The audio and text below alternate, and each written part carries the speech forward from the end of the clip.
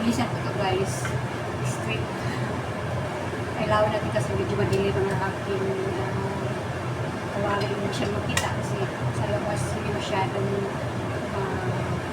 mainit. Parang ulan. Kaya medyo madilim. So ngayon guys, ayun na po aking kawali. Alright.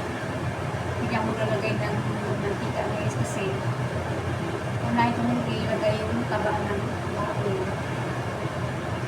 Nilisan ang palaya ko po guys.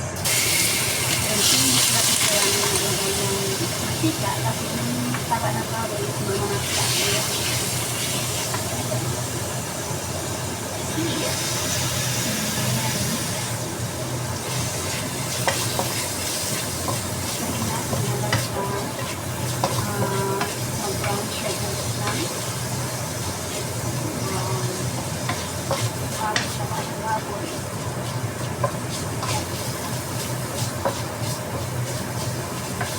Hindi ko at mag-brown siya guys at yung taba, nakita niya is maani na siya.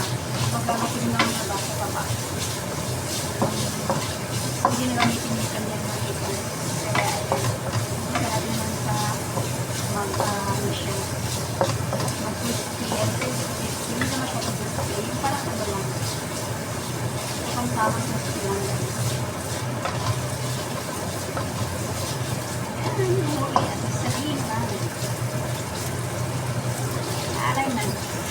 So yan na nga guys, medyo crispy na. Kita nyo guys, ang dami-dami mantika. Diba? Sa taba ng baboy. So tanggalin natin yung taba ng baboy guys, ay yung mantika. Kasi napakarami po niyang mantika. Magagamit natin ito isa sa bitter gourd or ampalaya. Guys, binawasan ko na siya ng mantika kasi napakarami naman ng mantika ang taba ng baboy. So, tikita nyo yung taba niya guys. Ang dami-dami. Ayan o. Ayan. Napaka-cholesterol niya guys. Super. Ayan na nga guys. Igisa na natin yung ating nauna ang ating sibuyas kasi wala po ngayong garlic. So, sibuyas na ako meron.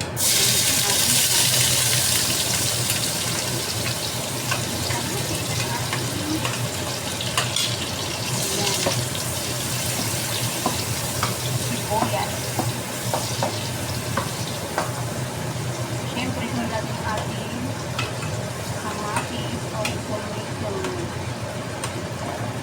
Napakaingay ng ating exhaust guys. Kaya kung ano kung mag-work itong ating review. Napakaingay. Sanawin na po natin.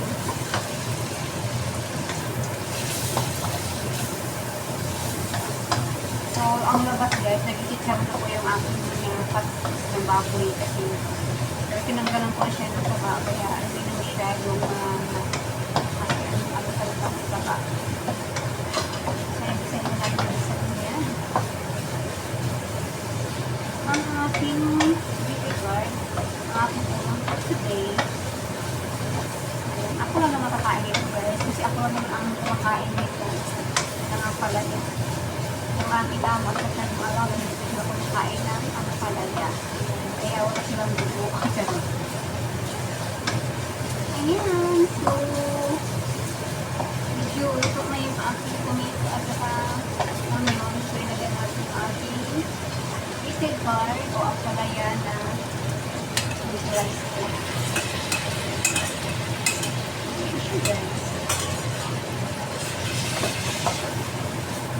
Ang pala nito guys ay hindi ko tulad sa akin sa Pilipinas na makain. Kaya pwede ko siyang lakain.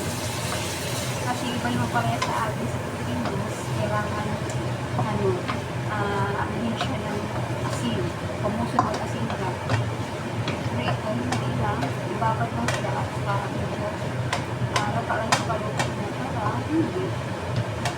Para masarap. Hindi naman siya mapait. So ayan. Maya-maya po natin babalikan kami dito guys. Pagkait ko yung luto niya. Masarap yung amoy ng amis. Yes, yung amis. Sa Pilipinas po guys, iba po kasi ang tawag nun, ang variety na nakulaya sa atin. Kasi mapait siya. Yung ibang variety din. Kaya hindi pwede haluin ng haluin. Pero dito sa Singapore, kasi ano siya, manis siya ng palaya. Parang hindi naman siya mapapagkas. Wala siyang pait. Pero I'm not sure kung Malaysia kung mag-make or Singapore. Hindi naman malutat ng Singapore. Kaya naway ko sa kanila, ano yung kayo aking ito. At syempre, meron ako ditong dalawang egg. Dalawang egg. At may kung ano ating buhay guys. Patulong na ito ba? Ito na ito itlog para mas makalamig-lamig.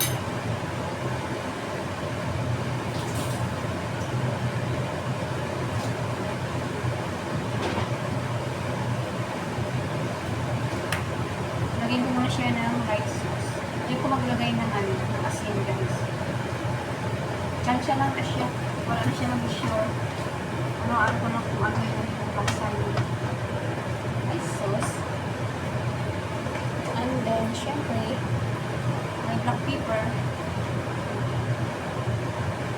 Black pepper is red.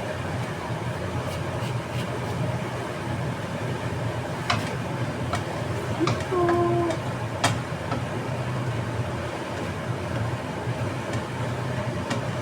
Parang kulang. Pati yung kulang yung red sauce. Kaya gamitin natin ng konti ay ano mga kasi dito sa bahay guys, hindi ko naglalagay. Hindi po solid, hindi ko at saka manisarap. So, yes, dito yung amo ko. Ayaw nila ng mga manisarap at saka gusto nila yung rice sauce at saka oil sauce. Okay niya, ito na pagyan ng ating yung pabuti ito. Okay natin. Wala makakain na.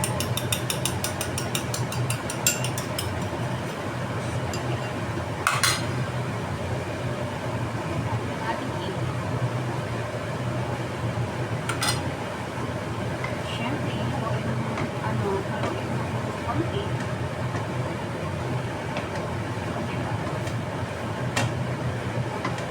Amoy na sarap. Sarap na siya.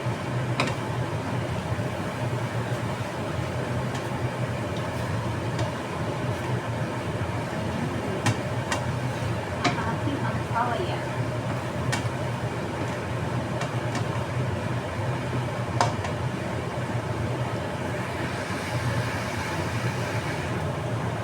Siyempre, hindi pwedeng nila dito kumain natin yung isa. Hindi natin yung isa. Tama ang ating pagkain.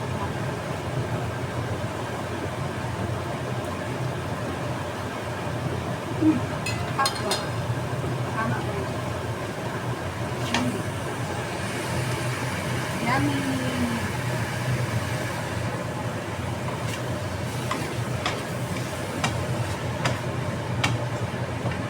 Nakakadagdag sarap yung guys, yung taba ng baboy syempre. Ayan, look at guys.